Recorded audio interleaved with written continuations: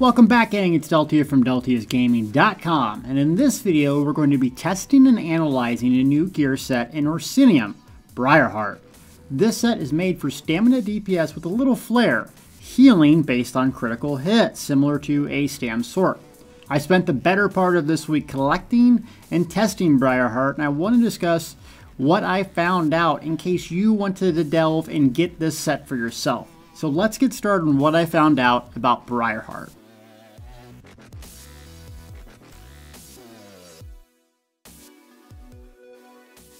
Look at my silly little helmet. Well, this is Briarheart. It looks ridiculous. I'm going to be honest with you. Zost, you created this. It looks insanely stupid, but it works. Okay, so what is Briarheart? Well, it's a 5-piece set that you can use, and the interesting thing about this is it gets jewelry involved. Where typical 5-piece sets that you've been coming out with, you can't use jewelry with. You can. So you can use the typical 5 Hunding's Rage and then 5 Briarheart to make a monster set. I'm going to come out with a video on how to get this gear and how to farm it really fast in a different video. But just so you know, you get it in Orsinium. We're going to get to the dailies and all that sort of stuff later. So the important thing is you can get it in jewelry, making some really new, cool, unique combinations of gear that were previously not available. So it's very similar to Hunding's Rage. You get weapon critical, you get max stamina, about the same, a little bit less on Briarheart, but I don't have it all VR16 yet. The 5th piece is really interesting. 10% chance when you do a critical damage to Briar Thorns, which increases your weapon damage 434 for 10 seconds. While Briar Thorn is active, critical hits will heal you for 588. This can only happen every 15 seconds. So after what we tested is basically it has a 10-second uptime and it has kind of like a 5-second cooldown because you can't have it happen every 15 seconds. Well, the duration is 10 seconds, so on and so forth. So pretty much it's up the majority of the time, a lot of time, pretty much keeping you in line with your normal damage that you would get with the agility set. Now, there's some problems with it. The heal, the 588, does not crit. That is a big major issue with the heal. I think the designers should make it so it can crit. I think it would be a lot more effective. So I'm going to show you the test that we did and compare it to some other gear sets. But my personal experience right offhand, playing a Stam Templar, doing Vet Maelstrom Arena, going for a no-death run, I really like the extra healing. It added up. You'll see a lot of stamina PvE builds set up similar to this. 5 Hunding's Rage, VMA, Vet Maelstrom Arena weapons with the agility pieces. And that's a very strong setup. You have a Molag Kina for the weapon damage and the Bloodspawn 1-1 for stamina recovery weapon damage. The setup that we're running in this, to counter it, 5 Hunding's, 5 Briarhearts with Vet Maelstrom Arena weapons. This side-by-side comparison simply shows the stat pages. Did not change any CP, I did not change my attribute points. This is just what I have unbuffed. No major crit buff, no major brutality, nothing. So what you notice here is that I have a little more stamina on my Hunding setup and a little more health on my Briarheart setup. That's due to I only have VR15 rings, not VR16, and not exactly the right trait. That plays a huge role in the test the DPS that we're going to get to a little bit later. You'll notice a big decrease in my weapon damage on the Briarheart setup because this was without the proc showing. The good news that Briarheart has, I have more critical, and I'm using 2 less pieces of Divines. I'm using 2 infused here instead of all Divines on the left-hand side, which can be changed eventually using the Thief Mundus Stone. So less weapon damage, pretty similar in stats, recovery, and everything else. But let's see what it looks like with the proc up.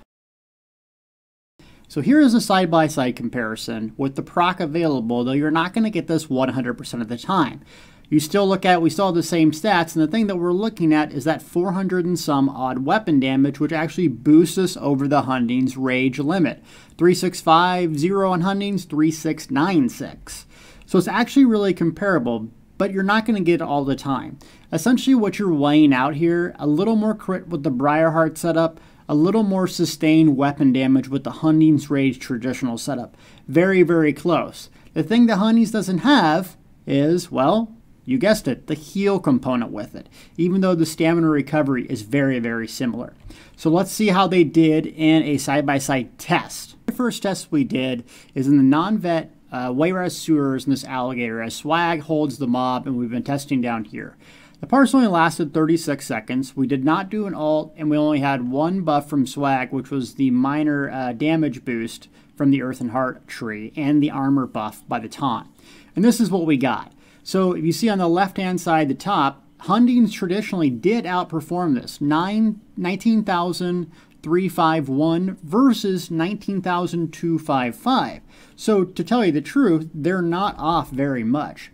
We did this a few times to make sure the test results were legit, but then we moved on to a longer parse in the good old Spindle Clutch Bloodspawn. Let's check that out. Test number 2 is about 1 minute and 20 seconds long, the Bloodspawn and Spindle Clutch. Only me doing damage.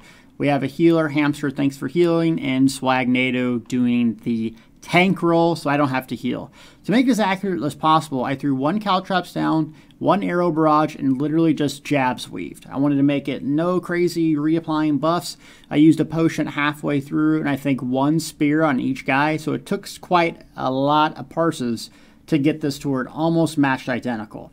And we have almost identical results. Left-hand side with your traditional hunting setup, we got 17,890 DPS. On the right, we had 17,449 over 1 minute and 25 seconds to 1 minute and 27 seconds.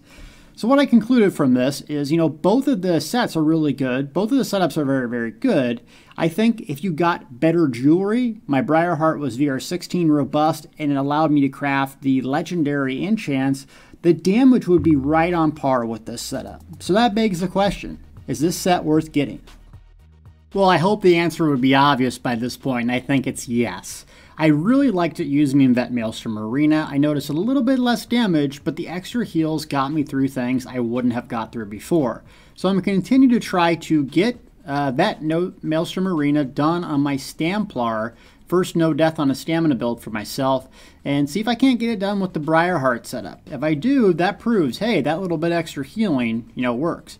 It's not the best thing. It still has a low time. It has an internal cooldown of 1 second, so you can't just get a heal on top of a heal on top of a heal, and the heals don't crit. But if those things were fixed, it's great. Plus, you can use the rings as a different type of setup using a 5 and 5. Maybe even 5 Willow's Path for a lot of resource regeneration. And a high crit build with the Thief Mundus Stone is always a good idea. Hope you guys like this video. A little more scientific. Let me know what else you want to see. I got Armor Master versus Hissbark next.